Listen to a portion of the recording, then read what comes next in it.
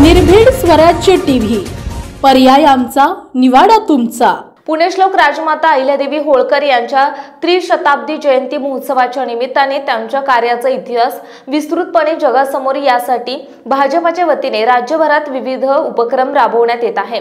याच्याच नियोजनासाठी आज स्थानिक राज्य गार्डन येथे भाजपाची जिल्हा कार्यशाळा भाजपा नेते प्राध्यापक दिनेश सूर्यवंशी यांच्या प्रमुख मार्गदर्शनात आमदार श्वेताताई महाले पाटील यांच्या प्रमुख उपस्थितीत आणि भाजपा जिल्हाध्यक्ष माननीय आमदार विजयराज शिंदे यांच्या अध्यक्षतेखाली संपन्न झाली। तसेच या निमित्ताने राजमाता अहिल्याबाई होळकर यांच्या जीवनपटावर प्रकाश टाकणारी चित्र प्रदर्शनी आयोजित करून आगळीवेगळी मानवंदना अहिल्याबाई होळकर यांना देण्यात आली। या चित्र प्रदर्शनीचे उद्घाटन प्राध्यापक दिनेश सूर्यवंशी यांच्या शुभ हस्ते संपन्न झाले।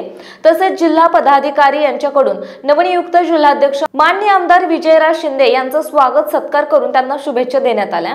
यावेळी प्रमुख उपस्थिती असलेल्या आमदार श्वेताताई महाले पाटील यांनी सुद्धा जिल्हा संघटनेबाबत सविस्तर मार्गदर्शन केले। अहिल्याबाई होळकर यांच्या कार्याचा सन्मान म्हणजे प्रत्येक महिलेचा सन्मान असून भाजपाने महिला सशक्तीकरणाकडे उचललेले एक पाऊल आहे।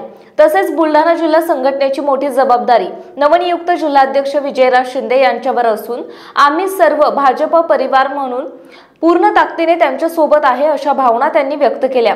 यावेळी भाजप जिल्हाध्यक्ष विजयराज शिंदे यांनी बोलताना भाजप पदाधिकारी यांच्यात आपल्या भाषणातून ऊर्जा भरली।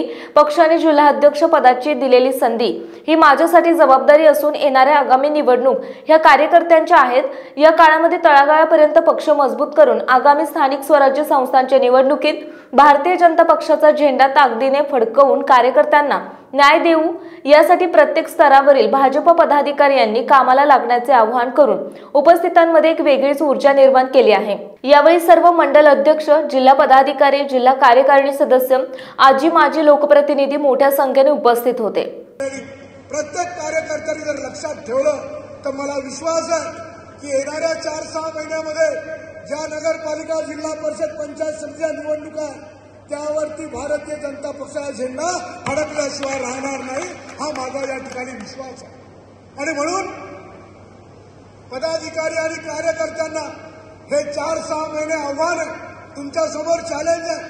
आमदारकीच्या, खासदारकीच्या निवडणुका संपल्यात, आता कार्यकर्त्यांना न्याय देण्याच्या निवडणुका समोर आहेत आणि कार्यकर्त्यांना न्याय देण्याची भूमिकेतून प्रत्येक पदाधिकारी आणि कार्यकर्त्यांनी त्या दृष्टीने कामाला लागणं हे येणाऱ्या काळाचं आपल्यासमोर आव्हान आहे। येणारा काळ पावसाळ्याचा, शेतकऱ्यांचा, पेरणीचा, दुबार पेरणी, तिबार पेरणी होत असते, कुठे अवकाळी काही पाऊस येत असतो, शेतकऱ्यांवरती संकट येत असतात। या सगळ्या गोष्टी डोळ्यापुढे ठेवून शेतकरी, शेतमजुरांच्या शेतीचे बियाणे असतील, खतं असतील, शेतीचं पीक कर्ज असेल, यामध्ये शेतकऱ्यांच्या पाठीशी भारतीय जनता पक्षाच्या कार्यकर्त्यांनी खंबीरपणे उभं राहून त्यांची समस्या, त्यांची अडचण ही भारतीय जनता पक्षाच्या कार्यकर्त्याची अडचण आहे, आपली स्वतःची समस्या आहे, हे गृहीत पकडून आपण प्रत्येकाने त्यांना मदत केली पाहिजे। मित्रांनो, यांच्या शुभ हस्ते भारतीय जनता पार्टीच्या जिल्हा कार्यालयाचं उद्घाटन त्या ठिकाणी झालं। विधिवत पूजा त्या ठिकाणी झाली आणि जेव्हा नारळ फोडायचं होतं त्यावेळेला मी तिथे बाजूलाच फडणवीस साहेबांच्या बाजूला होते। ती पूजा करणाऱ्या ब्राह्मणांनी ते नारळ फडणवीस साहेबांच्या हातात दिलं। फडणवीस साहेबांनी मात्र आग्रह धरला की बुलढाणा जिल्ह्याचा जो जिल्हाध्यक्ष आहे त्याच्या हाताने त्याचा नारळ फोडला जाईल।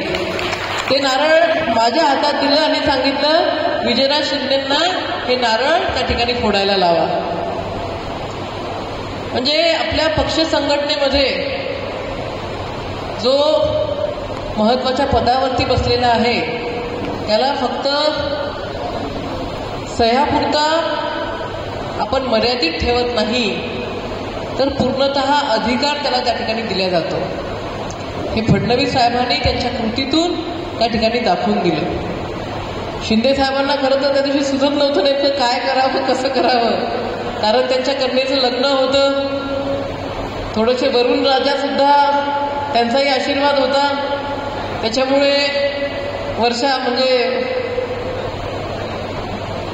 पाऊस त्या दिवशी जोरात होता आणि कार्यक्रम कसा घ्यायचा म्हणजे बरेचसे आम्हाला फोन सुद्धा आले. बुलढाणा जिल्ह्यातील महत्त्वाच्या घटना आणि घडामोडी पाहण्यासाठी तुम्ही निर्भीड स्वराज्य या चॅनलला अद्यापही सबस्क्राईब केलं नसेल तर आत्ताच जाऊन सबस्क्राईब करा आणि बेल आयकॉन दाबायला विसरू नका आणि फेसबुक पेजला शेअर आणि लाईक करा. पाहत राहा निर्भीड स्वराज्य.